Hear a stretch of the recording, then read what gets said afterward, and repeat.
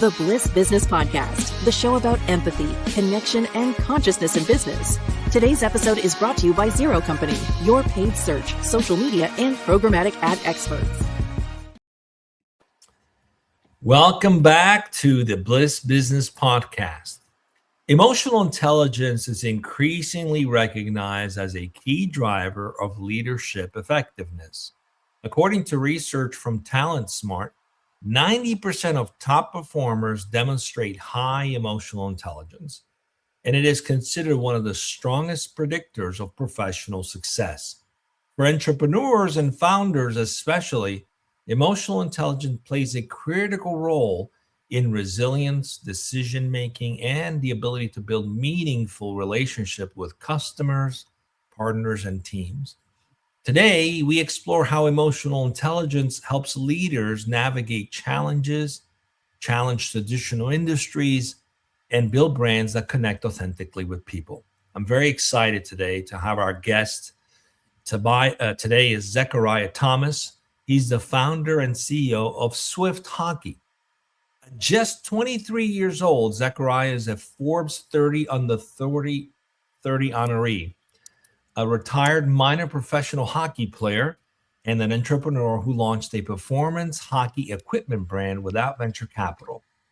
Inspired by growing up in a small town where many young athletes could not afford premium equipment, he founded Swift Hockey with a mission to make high-performance hockey gear more accessible to players and families.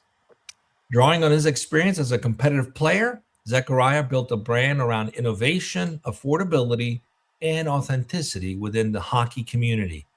His entrepreneurial journey has also been featured on the television show Dragon's Den, where he secured 3 investment offers from continuing to grow Swift Hockey into a competitive consumer brand driven by player insight and deep connection to the game. For those who may not be aware what that show is, that's the equivalent of the Shark Tank in Canada. Zechariah, welcome to the Bliss Business Podcast. I'd like to start off by asking, why is this topic so important to you? I'm curious as to why you picked the power of emotional intelligence in business. Why is that meaningful to you personally to talk about today?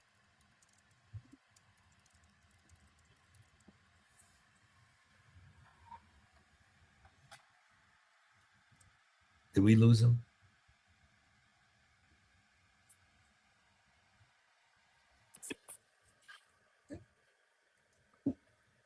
Oh, Zechariah, can you hear me? Uh-oh. I wonder what's happening. Okay, so I cannot hear anything. All right, so we're having a little technical difficulty. Let's see if we can get Zechariah to come back in.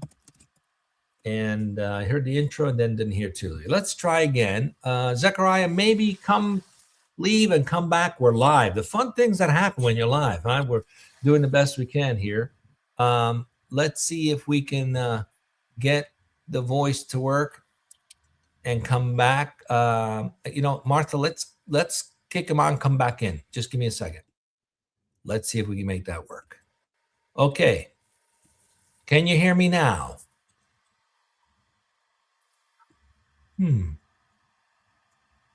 Oh boy. Fun. There's always a first one, right, guys? Okay, so let's just give it another minute to see if we can get Zechariah to let me leave and join back fast. Okay, everybody, let's wait for Zechariah to come back and we'll continue the conversation with him in just a moment. Maybe I can tell a good joke while we wait for him. Not sure. Let's just give it a second. For those of you who might be joining just now, we have Zechariah Thomas. He's the founder and CEO of Swift Hockey. We're going to talk to him today about the power of emotional intelligence. Very young entrepreneur, successful entrepreneur, only 23 years old. He's in the Forbes 30 on the 30 honoree and professional hockey player, retired professional hockey player. So stay tuned while we get Zechariah back. Zechariah, can you hear me now? Yeah, perfect. All Perfect. right, fantastic. I've been doing a song and dance ever since we started waiting for this thing to work. So I'm glad we got it to work. Yeah. All No, it's right, good. good, good. So I was asking why you chose this topic, the power of emotional intelligence in business. Why is that so meaningful to you as a way to kick this off? Yeah, you know what? It's a topic it stands for what I do in business ultimately, especially throughout sport and hockey, especially the things I've gone through. I think it's a very meaningful topic to me on just how I operate as an individual and as a business as well. Nice. So let's kick this off. Launching a company in a highly traditional industry like hockey takes a lot of confidence and, dare say, a lot of resilience too. How has emotional intelligence helped you navigate the challenges of building Swift Hockey?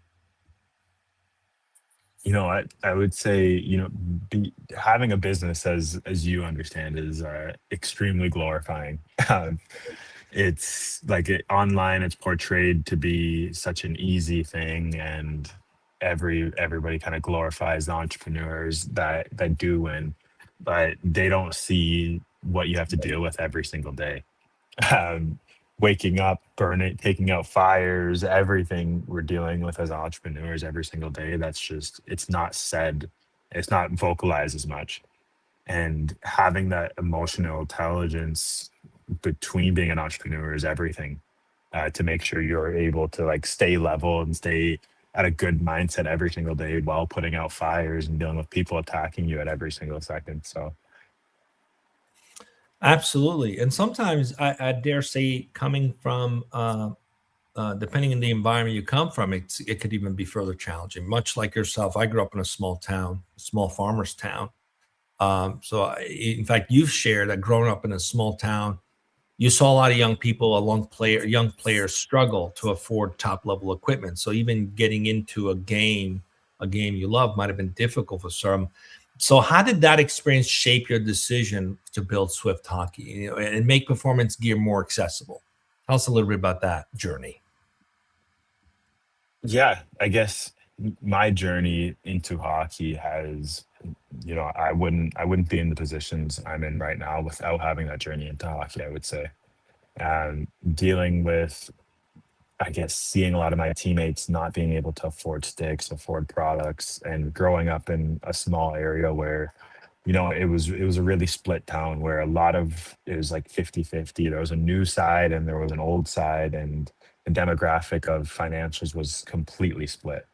And everything I did was right in the middle of those scenarios, and seeing those throughout, like I was on the better side of that half, but seeing everything in the middle was eye-opening every single day. And seeing how fortunate I was and my parents, I was so fortunate throughout my life, and I was super grateful for those things as well. So how did all those lessons experience, like from sports and coming from a small town, how do they all translate into like your entrepreneurship? Yeah, it's a determination. Being being a black individual in hockey was tough when I was playing, and hearing the things I was hearing every single day. It created such like a thick skin for myself, that's separated myself from when I deal with some of these fires every single day. Um, Being able to battle through it and being able to consistently push through some of these things that I go through. And it's always been a motivation for me to see those things and keep pushing through everything. Like everything hockey has shown me, sports in general has shown you to keep going while things are tough, while you're losing the game and everyone's trying to attack you every second, but you still got to keep going at the end of the day. I love that. And then, how would you say some of those lessons have helped you to build trust as a young founder? Also, being a young founder, that could be a challenge onto itself as well. Like you said, sometimes the hustle culture is over glorifying how easy it is, and then you realize this is not easy at all. How has that helped you? Build, what's that been like for you in building trust as a young founder? Yeah, building trust is it's very businesses, I would say a good terminology for business, it's almost similar like war in a sense, where every single second someone's, because you're trying to steal someone else's market share, and then someone behind you is trying to steal your market share, and it's just nonstop competitiveness. And obviously the hockey and the sports background in me helps a lot on that end, but the competitiveness means it's really hard to trust people. um, and really you can never really read a lot of people's intentions, where that's kind of been my growth as a founder and as an entrepreneur. In the early days, I trusted a lot of people in the business and dealing with a lot of my stuff, and my circle has became a lot smaller within the business, and we try and do everything really professional and right at this point, because everything's smaller and tighter. Obviously, you succeeded at this. So I'm curious to see what kind of systems you adopted or learned along the way. In fact, there's research that shows from Harvard Business Review that shows that founders who often combine emotional intelligence with strong operational systems are significantly more effective at scaling business. So I'm curious, as a young entrepreneur building a consumer brand, were there any systems you learned along the way, or you adapted, or habits that you developed along the way that helped you stay focused while growing Swift Hockey? Yeah, there's been a lot. Like it's really trying to stay grounded every single second during the highs and the lows, and trying to find that balance. I'd say throughout my career, my faith has been something really strong that kind of kept me super level headed, and hasn't it's kind of kept me in the median ground. And I think while entrepreneurs are going through things every single day, it's almost how fast can you get back to like that baseline middle part, which is super important, where you'll have the super downs, like you can't make payroll some weeks, but it's like how fast can you get back to that median ground that's in the middle. And everything throughout my life, hockey, especially hockey, has kind of taught me to deal with those up and downs ultimately, and having that emotional intelligence to keep me extremely level headed during those times. Mm, that's amazing. Now, you also brought your company to Dragon's Den, which is the equivalent of, I think, the Shark Tank here in the US, right? And secured 3 offers. Experiences like that can be very intense for founders, and making decisions, quick decisions on the fly right there can be also very intimidating and challenging as well. What did Yeah. that moment teach you, like about confidence, preparation, and emotional intelligence as an entrepreneur? Tell us a little bit about that experience. Yeah, I may not be the best entrepreneur to talk about preparation for that event, because I went in there, I didn't practice at all. Um, I was an extremely shy kid growing up, and public speaking and things like that. I had a lot. I guess I was really shy. Like I was really shy, and if I was to go practice something and kind of get into something that, and I would end up stuttering. Like I'd end up stuttering, I'd end up fumbling a lot more. So I went in there like completely raw, and I was actually the first, well, as they say, I was the only episode that had no cuts in it. They had no cuts in my episode. So I was out there pitching to the Dragons, Sharks for about an hour, and there was no cuts, nothing. And I'm so passionate about my business, as it's less of a business. Like it's really like it feels like it's me ultimately, like everything I do. So that was something super important for what we had done there. So Okay, hang on. I got to rewind a second. Most people go into these things like super prepared. They prepare what they want to say over and over and over, right? But you went in completely like, I'm just going to be myself. I'm going to speak in the moment, and blew it out of the water, like no cuts. Is that is that your system to just be authentic in the moment? Tell us a little bit about that, because yeah, that's not you know what? conventional thinking. So I'm curious to uncover how that works for you. Yeah, definitely. I don't suggest most people should do it this way, but my brain is like, I'm really passionate about what we're doing, that it's super easy to speak about. And when I was in school and they used to make me do like a big presentation, for example, I wouldn't do too well all the time because I was not passionate about geography or some of the history things I had to do about when we had to make those big presentations. But speaking on myself and speaking on Swift, I know it better than anybody. So it's really easy for me to have conversations and have really meaningful conversations about it. And but yeah, wouldn't say it's conventional. My confidence between Swift and myself have gotten a lot higher where I can practice things a little bit more now, but I still like to leave it really loose and open because even for situations like this, it makes the podcast better. It makes everything feel like a real conversation rather than reading a script, for example. So Yeah, I love that. I mean, I think that also speaks to choosing a vocation or a company you want to build that's meaningful to you, that's yeah, authentically an extension to you. And I think that's something where often it's a miss. And so I want yeah, to dig in a little bit deeper because this speaks to being purposeful and being authentic, even as a leader. And in fact, there's studies that prove this. PwC research shown that 79% of employees say purpose is a key factor in job satisfaction. And yeah. having founders that are purposeful, that discover that purpose, that drives them and gives them the resilience during the most difficult times, such as what you've described, those are the moments that are meaningful in building a company. What role has purpose for you? What has that played in your journey as an entrepreneur and as an athlete? And maybe tell us a little bit more how that applies to what Swift Hockey is.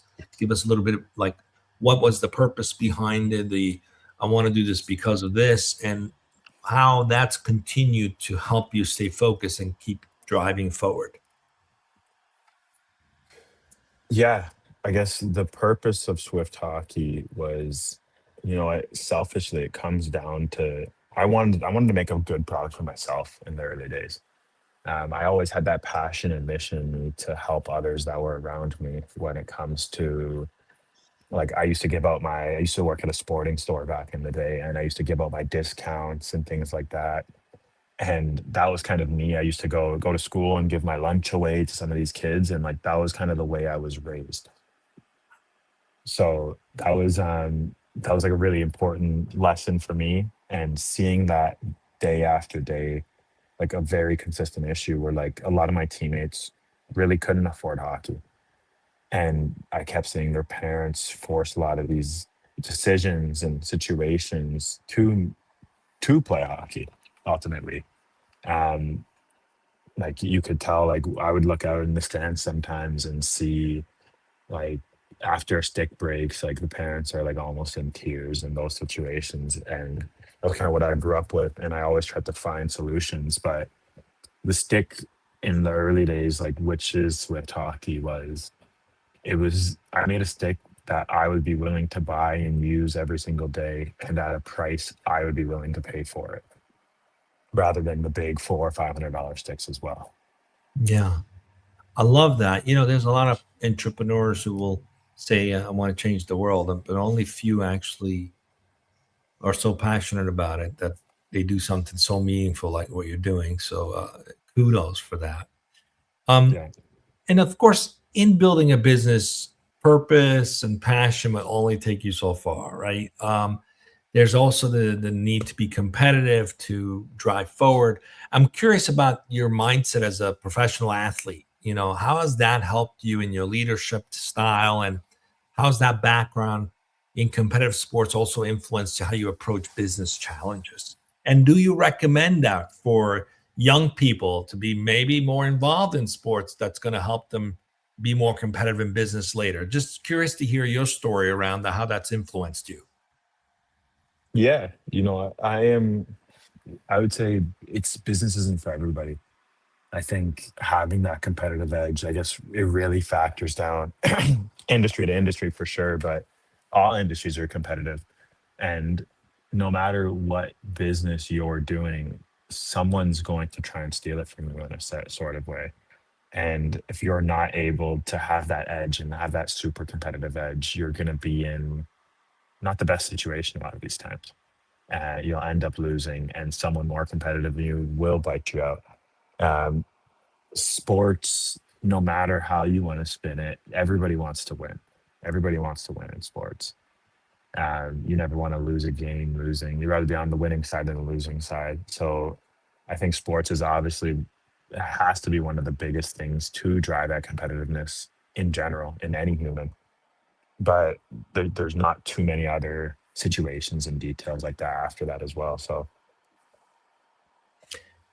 I'm also curious to learn about teamwork. How has being on a team in sports helped translate into creating more teamwork in business? Can you maybe share some things that have worked well for you, for those who might be maybe struggling? Maybe they're good at building a company, they're very passionate, they're competitive, but they struggle with the team dynamics. Can you share what's worked for you and some of the lessons you're learning along the way with those who might be struggling with that? yeah, I guess the team dynamic we have, I would say we have about 15 to 20 staff right now. And obviously as a young entrepreneur, I'm learning things every single day. But within our company, we try and keep everything super tight. We don't try and have a crazy amount of hierarchies at 20 staff. We don't try and do a lot of those things. We want to create communication as clear as possible. But especially on the team side, like I almost run the organization like a hockey team, um, where everybody has to have that same collective goal of winning every single day. If that makes any sense. Like we still have that passion that like our brand stands for within our staff, within everything we do.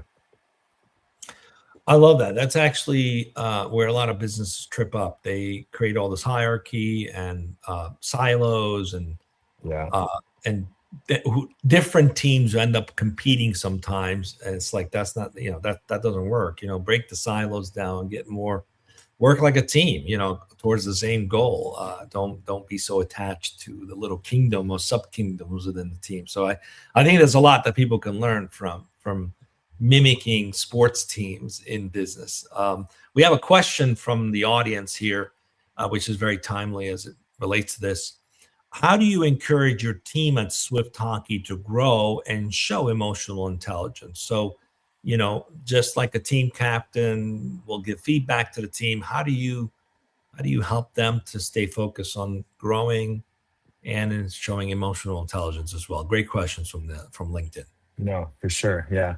I would say within our organization, our staff, it comes down from top to bottom.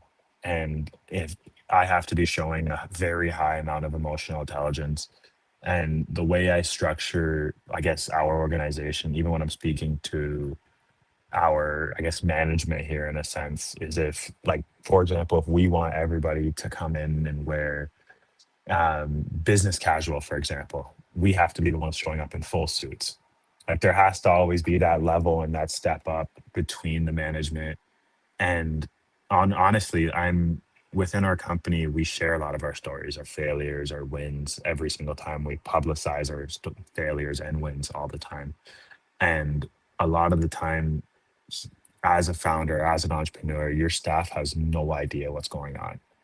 Like they have no idea the building's on fire over there. Like everything's going on. They have no idea what's happening. And it's trying to vocalize those things and be really transparent between every single situation that's happening within the company. I think that's wonderful. I worked for a company one time. We used to have, let's see if I could say it in a clean way. We used to have these screw up moments. That's the clean way of what it was really called, where you would just share where you messed up, where you had an epic failure and what you learned from it. And it was wonderful because it created psychological safety for everyone to be able to push themselves, stretch themselves, and learn from even epic failures. And it just created an environment where it was normal to try things and to learn from them and change the whole paradigm of thinking from success or failure to actually just learning and growing. I don't think enough business do that. Think about how to learn from experiences and grow, because ultimately if the entire team is learning and growing, you can't stop that team because eventually you sort of crack the code on what works. So that's wonderful to watch. Is it something in particular that any practices or habits or rituals that you guys have adopted that you'd like to share? Maybe it's a little bit of your secret sauce. I'm not sure, but I'm curious. Any rituals you guys have found that really work, like check-in, circle ups, or whatever? Anything that you want to share that has worked for you guys? We have, between most of our staff, we have a really weird organization, I would say, where I would say, other than our accountant, everyone's definitely, I think everyone's under 25. So we have a really young organization, really hungry organization where we don't stop. And it comes down from our management and myself, like dealing with suppliers overseas at completely reverse time zones. Like, it doesn't stop for me. And I try and show that work ethic between the team. And I would say there's nothing we do differently, but we have a really cool organization where people feel happy to come to work. Like, I would say not one single person in our organization, I hope, hates coming to work every day, because it's such a cool, chill environment and it's different. Like, every single person within the staff we're not doing something consistent day by day. It's always changing. So I want to, if we could just dig into that a little bit, because the disengagement is like an epidemic. Gallup did a research, 31%, only 31% of employees are engaged in the US, only 21% global. It's even worse the rest of the world. And that's an epidemic. That means 80% of the employees are going to work not wanting to be there. I mean, that's where you spend most of your day. Then you go home and you talk to your family. And if you have children, you're passing on all that disappointment to them, which are not looking forward to even growing up or going to work. So it has a societal impact in a very big and negative way. So please share with us, what's that thing that makes people feel like they want to engage and excited? Is it just the openness? Tell us a little bit. There's got to be a couple of things. If you had to narrow it down to 2-3 key things, what would you call them? I would say we're always doing something here. Like, that's like the coolest thing, is something's always going on that's out of the ordinary. And there's nothing stagnant day by day, that I would say. Like, nobody in our office is able to predict how each day will turn out. Each day will look, what will happen each day. And obviously we have that factor as a small company at this stage, where like a lot of different things are always going to be coming up. But I would say that's a really important thing, is to always keep people doing something differently. All right. So I've heard a sense of adventure. That's one, having a sense of adventure, being open to being enterprising, have a sense of adventure. What else? Anything else? I would say our office is different than most offices as well. Like, we have a super open concept. So everyone can see everybody all day. Everybody can communicate. Like, if I go out there right now, I can see every one of our staff, like, in one big thing. Rather than like, there's not really cubicles. Nice. It's really open. So that's a pretty big factor on what we're doing here, because it's super open. And do you sit out there with the rest of them, or do you have an office of your own? I'm just curious. Everybody's in the same sort of bullhorn pit kind of thing? Yeah, I have my own office. But everyone's almost in like a big bullpen, in a sense, like everyone else. Yeah. All right. I'm trying to get the nice little secret sauce here. So we got 2. How about a third one? What else? Anything else? If you had to put a finger on the third thing, what would that be? Sense of adventure, openness. I would say giving everybody feeling like they have a voice. Like, that's something that we do really well, where even all the way down to our accounting and things like that. everybody has an opinion, and we use everybody's opinion between marketing, between videos, between everything. It's not just one person doing everything, but there's always everyone's involved in everything we do here. I love that. And I just want to add a comment to that because a lot of companies, even when they hire someone, they're looking for cultural fit. And I think it's a mistake Yeah. because what you ought to be looking for is who's going to enhance the culture. What do they bring that enhances the culture? And you just put your finger on it. The fact that you have an openness where people can contribute their ideas, that means that someone, one person, can influence change of an entire company, an entire culture. And that is so powerful. And I think that is one of the secrets of having highly engaged cultures. This idea that conformity and fitting in, there's no expansion in that. Would you agree with that? What are your thoughts on that? Yeah, I agree for sure. I agree for sure. I think that's the best way to put it by far. Nice. Yeah. Okay.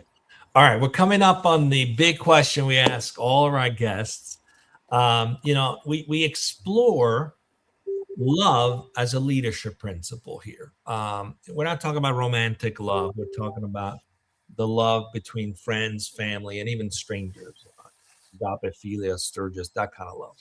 So the idea that leadership is ultimately about caring and responsibility and a commitment to others. So what do you think? Does love have a role in business? And if so, what does that look like for you? Yeah. I would say within the company, it means a lot. I think I love everything about it. And having that passion, like there's a lot of ways we could get into, I guess, the true love within business, but I feel like if you don't have that love, you won't win. I think they come hand to hand, and nobody's willing to put in, even our staff here, like they have to love what we're doing, or they're not going to be able to put in that amount of time, put in that amount of effort to everything if they really don't love what they're doing. And even for myself, if I've probably worked 20, 30 hours every day, a lot of the times. And so people need to have that passion between what they're doing. Yeah. It's never work if you love what you're doing. And I love what you're saying because you're basically what I heard is the ultimate expression of being passionate is love. I think we need to Yeah. call it out. We can't be afraid of calling it out. We need it. We need to call out Yeah. what it is. So, Zechariah, we're coming to the end here. We want to give something tangible for our listeners, something they can apply, like maybe even this week or this month. Especially young entrepreneurs want to challenge traditional industries. Please do. Please, by the way, personal note, please challenge traditional industry, challenge traditional hierarchy, challenge everything because none of that stuff works well. So, like you did, right? What is one piece of advice? If you have to choose one, you've shared so many great insights. If you have to choose one piece of advice, something they can practice right now, this week, this month, what would that be?